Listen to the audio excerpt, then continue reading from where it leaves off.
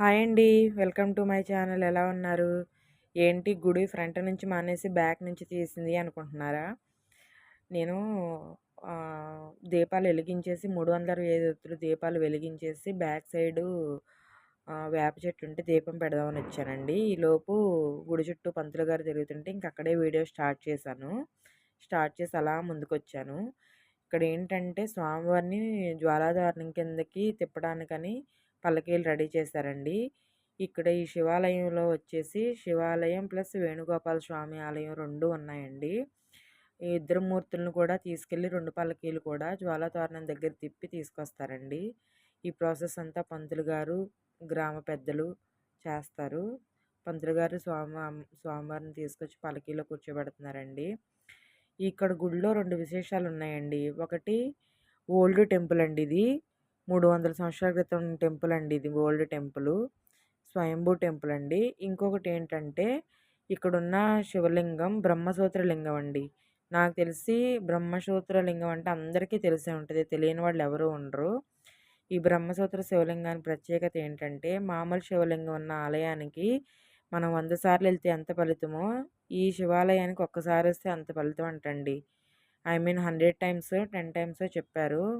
నాకైతే కన్ఫర్మ్ అంటే 100% ఇదని నేను చెప్పలేను. మీకెవరికైనా తెలిస్తే నాకు కామెంట్ బాక్స్‌లో చెప్పండి.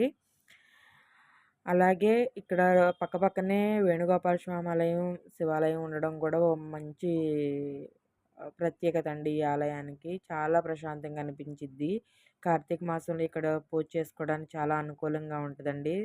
చూస్తున్నారు కదా! పల్లకీలో స్వామివారు రెడీగా ఉన్నారు జ్వాలాతోరణం దగ్గరికెళ్ళటానికి.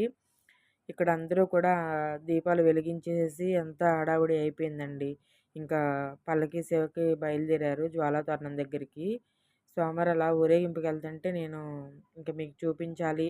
మీ ఊర్లో కూడా జరిగిద్ది. కాకపోతే మా ఊర్లో జరిగే కార్తీక పౌర్ణమి పూజ మీకు చూపించాలని ఈ వీడియో తీశాను. మహాదేవుల వారు స్టార్ట్ అయ్యారు. అలాగే వేణుగోపాల స్వామి కూడా బయలుదేరారు. వీళ్ళ జనం చూసారా ఎలా ఉన్నారో? బయట చాలామంది వెళ్ళిపోయారండి. ఇంకా వీళ్ళు చాలా తక్కువ. నేను లాస్ట్ ఉన్నాను. వీడియో నీట్‌గా ఇదంతా తీసి మీకు చూపించాలి అనని.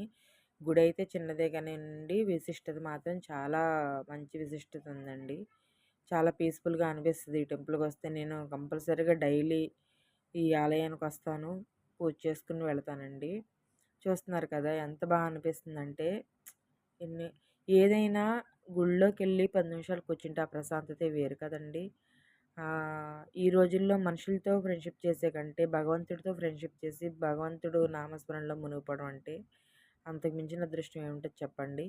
శివాలయంలో నేను వీడియో తీయలేకపోయాను స్వామివారిని క్షమించండి. ఎందుకంటే జనం ఉన్నారు. ప్లస్ పూజారి గారు కూడా ఇప్పుడు వద్దు అని అన్నారు. సరే ఇంకా జ్వాలాతోరణం దగ్గరకొచ్చేసామండి. టెంపుల్ దగ్గర నుంచి జ్వాలాతోరణం కడుతున్నారు. స్వామివారు కూడా పక్కన పల్లకీలు ఇక్కడ పక్కన నించున్నారు వాళ్ళు కూడా. చూస్తున్నారు కదా! జ్వాలాతోరణం మెయిన్ రోడ్ మీద కట్టేశారండి మా ఊర్లో అయితే. ఎంత ట్రాఫిక్ ఆగిపోయిందో అటువైపు, ఇటువైపు కూడా ట్రాఫిక్ అంతా ఆగిపోయింది. చూసారా ఎలా కట్టారో? ఇది నాకు తెలిసి ఈ రీసెంట్‌గా అంటే ఒక 5, 6 ఇయర్స్ నుంచి చూస్తున్నానండి. అంతకుముందు నాకు జ్వాలాతోరణం అంటే కూడా తెలీదు. కానీ చాలా బాగా ఇంత బాగా చేస్తారా అనిపిచ్చింది. ఆ జ్వాలాతోరణం ఎలిగించిన తర్వాత ఆ గడ్డి తీసుకొచ్చి మన ఇంట్లో పెట్టుకుంటే అంతా మంచే జరిగిద్దని చెప్పి విన్నాను నేను. మీరు కూడా ఇంత బాగా కార్తీక పౌర్ణమి చేసుకున్నారని నేను అనుకుంటున్నాను. ఇంకా మీకు తెలిసిన విషయాలు ఏమన్నా ఉంటే కామెంట్ బాక్స్‌లో చెప్పండి.